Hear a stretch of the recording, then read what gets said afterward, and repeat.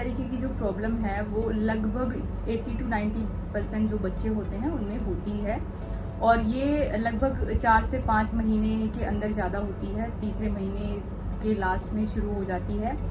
और इसको किस तरीके से ठीक किया जा सकता है, क्या इससे बेबी को कोई नुकसान होते हैं, क्या उसको कुछ दिक्कतें होती हैं, या इसको किस तरीके से ठीक कर सकते हैं, क्या इसका कोई मेडिकल इलाज है या घरेलू कोई इलाज है, इन सब का डिस्कशन करने वाले हैं आज इस वीडियो में। ये जो वीडियो आपने देखी वो मेरी बेबी की है, उसको हो गई थी। मैंने बोला कि ज़्यादातर बेबीज़ को हो जाती है, तो मैंने कैसे उसको ठीक किया है वो चीज़ें मैं आपके साथ शेयर करने वाली हूँ आज इस वीडियो में। तो वीडियो को शुरू करने से पहले अगर आप चैनल पे नए हैं तो चैनल को सब्सक्राइब कर लें और अपने फ्रेंड्स के साथ शेयर करें। आज से हम नई सीरीज शुरू करने वाले हैं बेबी केयर की, जिसमें हम जो मोस्ट कॉमनली जो होने वाली दिक्कतें हैं उनको जो है कवर करेंगे, उनके बारे में जानेंगे, उनके रीज़न जानेंगे, उनके सॉल्यूशन जानेंगे। तो इसमें से एक बहुत ही कॉमन जो है एक प्रॉब्लम है वो जिसका सॉल्यूशन मैं आपके साथ लेके आई हूँ, क्रेडल कैप यानी कि बच्चों के सिर के ऊपर इस तरीके की एक वाइट सी पट्टी एक जम जाती है। इसको सिंपल लैंग्वेज में अगर हम समझे तो ये कह सकते हैं कि जैसे अडल्ट में जो डैंड्रफ होता है, काइंड ऑफ थिंग होती है जो बच्चों में हो जाती है।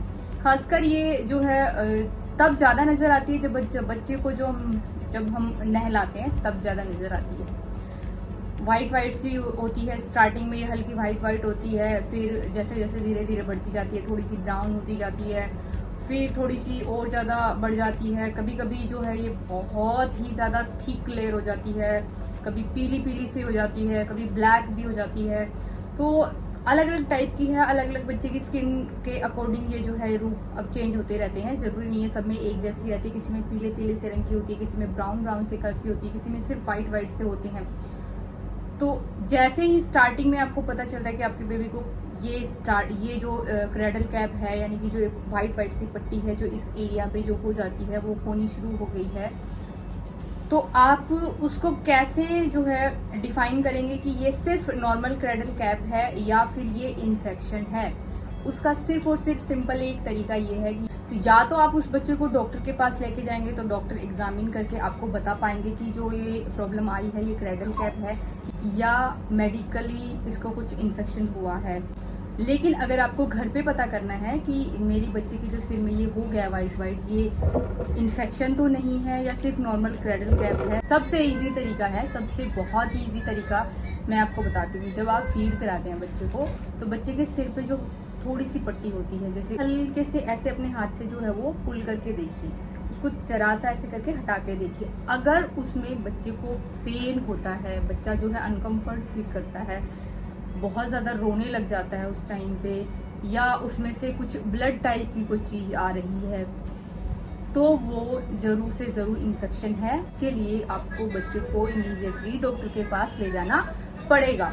लेकिन अगर आपने वो पट्टी हल्की सी जरा सी निकाली, बिल्कुल जरा सी अगर हल्की सी निकाली, कभी कभी उसके साथ थोड़े से हेयर भी आ जाते हैं, वो कोई दिक्कत वाली बात नहीं है, नॉर्मल सी चीज़ है। बच्चे के बाल वैसे भी झड़ने लग जाते हैं तीसरे चौथे महीने में, तो अगर उसके साथ मतलब आराम से वो निकल आती है और उसमें कोई पेन वगैरह नहीं होता है बच्चे को, और बच्चा जो है कोई मूवमेंट नहीं करता है, कुछ दिक्कत नहीं होती बच्चे को, तो ये वो नॉर्मल क्रेडल कैप है। ये है आसान तरीका ये पता करने का घर पे कि ये क्रेडल कैप है या इन्फेक्शन है। अब हमें ये क्यों पता करना है कि ये क्रेडल कैप है या इन्फेक्शन है। नॉर्मल सी अगर क्रेडल कैप है तो वो टाइम के साथ भी निकल जाती है, और अगर आप प्रोडक्ट कुछ यूज़ करते हैं तो भी कोई दिक्कत नहीं है। लेकिन अगर इन्फेक्शन है तो उससे बच्चे को बहुत दिक्कत होती है। सबसे पहली बात कि बच्चा अनकंफर्टेबल रहता है, बच्चा सो नहीं पाता ढंग से, और इन्फेक्शन जो है वो कितनी दूर तक बढ़ सकता है उसका अंदाज़ा आप नहीं लगा सकते हैं। कई बार जो है वो बढ़ता कान तक भी पहुंच जाता है, इतना इन्फेक्शन हो जाता है, फिर बच्चा जो है बार कान खुजाता रहता है, तो वो भी जो है इन्फेक्शन के अंडर आता है। इतना खुजा रहता है कि ब्लड वगैरह भी आने लग जाता है, और अगर वो किसी बॉडी पार्ट पे टच होता है तो वहाँ पे भी इन्फेक्शन हो जाता है। अगर वो हल्का सा गिरा कहीं पे टच हुआ तो वहाँ पे भी बच्चे की, क्योंकि बच्चे की स्किन बहुत सेंसिटिव होती है, तो अगर आपने उसको अच्छे से आइडेंटिफाई नहीं किया कि ये क्रेडल कैप है या इन्फेक्शन है तो आपके बच्चे को प्रॉब्लम हो सकती है। तो सबसे आसान तरीका मैंने आपको बता दिया है कैसे आप उसको पहचान सकते हैं। अब देखिए मेरी बेबी को हो गई थी, क्योंकि मैं फर्स्ट टाइम मॉम हूँ तो मैंने जो चीज़ें फेस करी और उनको सॉल्व किया है, वही चीज़ें मैं आपके साथ शेयर करने वाली हूँ। तो मैंने अपने बेबी के लिए जो है घरेलू उपाय भी किए और मेडिकल उपाय भी किए हैं, तो मैं दोनों ही आपके साथ शेयर करने वाली हूँ। दोनों अच्छे हैं। अगर नॉर्मल क्रैडल कैप है तो, और मेडिकली वाले प्रोडक्ट जो है वो मैंने यूज़ किए हैं। अगर आपके बेबी को मेडिकली भी मतलब आपको लगता है कि हमें नहीं समझ में आ रहा है कि ये इन्फेक्शन तो नहीं है या नॉर्मल क्रैडल कैप है, तो उसको कैसे ठीक करेंगे। तो सबसे पहले हम घरेलू उपाय देख लेते हैं, जो बहुत इजी है, बहुत सबके लिए इजी है। देखिए सब लोग जो है वो इतनी महंगी महंगी चीज़ें जो है वो अफोर्ड नहीं कर सकते हैं कि वो जो है मेडिकल पे जाके जो है इतने महंगे महंगे प्रोडक्ट ला के जो है यूज़ करें। तो उनके लिए एक सिंपल सा इजी सा एक तरीका है, और उसमें क्या होता है ना कि काफ़ी दिन लग जाते हैं उसको क्रैडल कैप को हटने में, अगर ये तरीका आप अपनाते हैं तो, लेकिन हट जाती है। सब करना क्या है कि जब आप बेबी की मसाज करते हैं तो थोड़ा सा ऑयल लेना है, coconut oil. Massage coconut oil से ही करनी है आपको। मैंने किस तरीके से मसाज करी अपनी बेबी की, अगर वो आप देखना चाहते हैं तो उसकी मैंने फुल वीडियो जो है मैंने शेयर की हुई है। आप डिस्क्रिप्शन में जाके लिंक पे क्लिक करके देख सकते हैं। नॉर्मल कोकोनट ऑयल लेना है, थोड़ा सा ज़्यादा क्वांटिटी में लगाना है, और उसके बाद जो बेबी का जो कॉम्ब होता है, नॉर्मल हल्का सा जो ब्रश वाला जो कॉम्ब नहीं होता, वो उससे जो है वो हल्का सा कॉम्ब कर देना है। होगा ये कि एक बार में वो पूरा नहीं हटेगा, लेकिन कुछ हद तक वो कम हो जाएगा। और जब तेल थोड़ा लगा रहने देते हैं तो वो थोड़ा सा सॉफ्ट हो जाता है, ब्रश के साथ वो हल्का सा निकलना शुरू हो जाता है। तो आप जो है एक दिन छोड़ के एक दिन भी कर सकते हैं, वीक में 2 से 3 बार कर सकते हैं। लेकिन मैं आपको सजेस्ट करूंगी कि आप हर रोज़ ये ना करें, क्योंकि उससे क्या होगा कि उससे बेबी की जो पहले ही इतनी ज़्यादा सेंसिटिव स्किन होती है उसमें इन्फ्लामेशन बहुत ज़्यादा बढ़ जाती है, और वो चीज़ और ज़्यादा इंक्रीज होने के चांस होते हैं। तो आप ये करें कि एक दिन छोड़ के एक दिन कर सकते हैं, या हफ्ते में 2 से 3 दिन कर सकते हैं। बहुत इजी है करना, और इससे जो है हट भी जाती है। थोड़ा टाइम लग जाता है, हो सकता है कि 2 हफ्ते 3 हफ्ते लग जाए, लेकिन उससे हट जाती है। उसके बाद आता है मेडिकल उपाय। उसके लिए क्या करना है, देखिए मैं कुछ प्रोडक्ट आपको बताने वाली हूँ। अगर आपकी पॉकेट अलाउ करती है तो आप ज़रूर उनको ट्राई कीजिए, बहुत अच्छे प्रोडक्ट हैं। इसमें से सबसे पहला जो प्रोडक्ट है वो है ये एक लोशन है, नोज कर्स का लोशन है ये। आप इस तरीके का लोशन देख सकते हैं। इसका जो लिंक वगैरह है, परचेजिंग लिंक वगैरह है, वो मैं आपको दे दूंगी। अगर वहाँ से आप लेना चाहें तो वहाँ से ले सकते हैं, अदरवाइज आप किसी भी केमिस्ट से इसको ले सकते हैं, वहाँ पे इजीली आपको मिल जाएगा।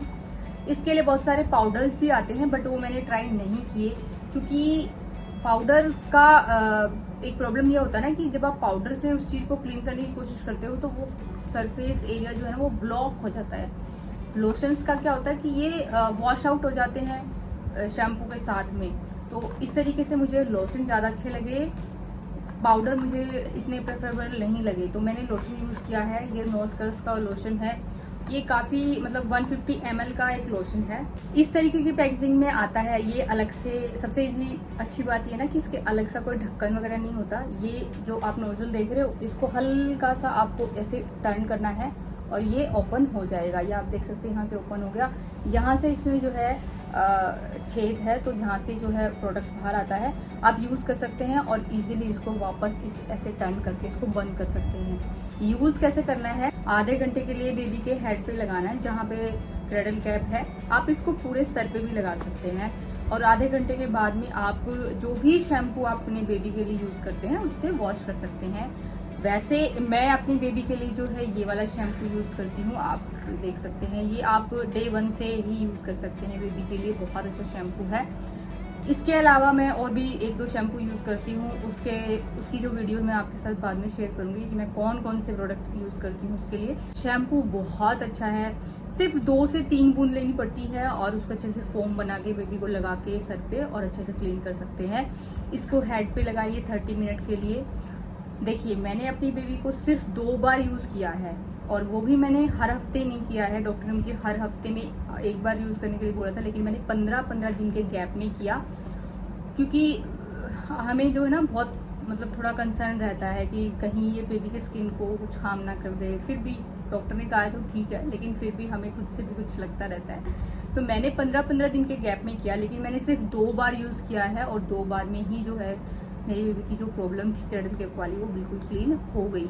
अब देखिए, आप जो है हर हफ्ते इसको यूज़ कर सकते हैं। हफ्ते में एक बार, जैसे मंडे को यूज़ किया, अगले मंडे को यूज़ कर लिए, लेकिन 2 से 3 बार में आपके बेबी की जो क्रेडल कैप है वो इजीली हट जाएगी।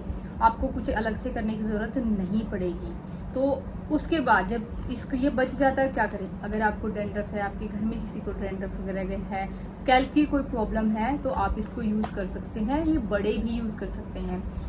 एक चीज़ ध्यान रखनी है कि जब आप इसको लगाते हैं बेबी के हेड पे, तो पहली बार में क्या हुआ ना कि जैसे हम बेबी को ऐसे नॉर्मली बिठा के नहलाते हैं, तो मैंने सीधा उसको वॉश कर दिया था। ऐसे वॉश नहीं करना है, क्योंकि मुझे लगता है कि ये कहीं ना कहीं अगर बेबी के फेस वगैरह पे जाएगा या आँख वगैरह में जाएगा, तो हालांकि ये ऐसा नहीं है, ये बेबीज़ के लिए बना हुआ प्रोडक्ट है, तो कुछ नहीं कर, इरिटेशन वगैरह नहीं करता है। इन केस अगर किसी बेबी को इरिटेट करता है, तो आप हेड को, बेबी के हेड को जो है वो पीछे की साइड ऐसे इस तरीके से ले जाके वॉश कर सकते हैं, उसके बाद नॉर्मली वॉश कर सकते हैं। तो ये जो प्रोडक्ट है ये मैंने यूज़ किया अपने बेबी के लिए। तो अगर आप अपने बेबी के लिए यूज़ करना चाहते हैं तो आप कर सकते हैं। क्या आपके बेबी को भी ये प्रॉब्लम थी? आपने कौन से प्रोडक्ट यूज़ किए हैं, मुझे कमेंट करके ज़रूर बताइएगा।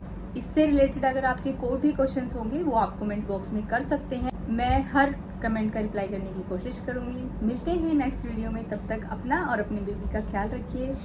Bye bye, stay healthy.